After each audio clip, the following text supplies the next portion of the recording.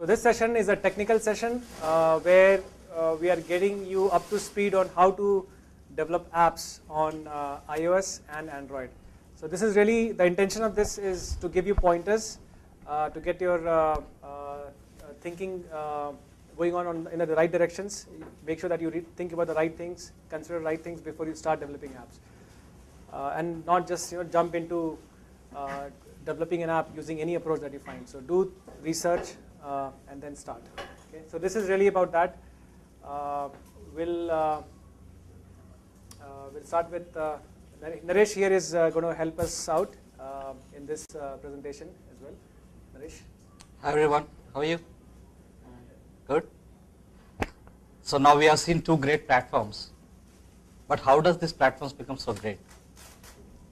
There is a solid base of programming languages, programming constructs, SDKs available to the developers who made this platform so great, right? So do we want to develop such great apps? How many of you agree with me? Yeah, I want it. Right? So let's get started. So what we have done here is that it's not a deep dive into every aspect of the operating system, but now let us say if I want to start developing an app, I might be an Android developer. Now I want to develop an app for iOS. Similarly, I was an iOS developer. Now I want to develop an app for Android. So you must have done a solid research in one platform, you have done a decent app, but now if you migrate to another app, your thinking actually is in terms of, okay, I have done things in Android this way, how will it work in iOS? Similarly, so what we try to do is that we have created a normalization across both the platforms in terms of concepts, and what are the concepts you should be aware of when you're actually migrating platforms. So we have taken five to six, I think around 6 basic building blocks of app, and then we have seen why is it useful and what are the options available for you from the operating system. And then we'll share some of the experiences we have when we are actually programming one part of the field. So coming to that, so our theme of the presentation is basically you have a platform which can be an Android or an iOS or in future anything.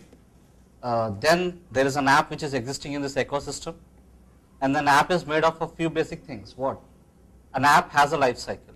When does your app start? When does your app stop? How does operating system interacts with your app? So before, it is very essential for somebody to know that, right?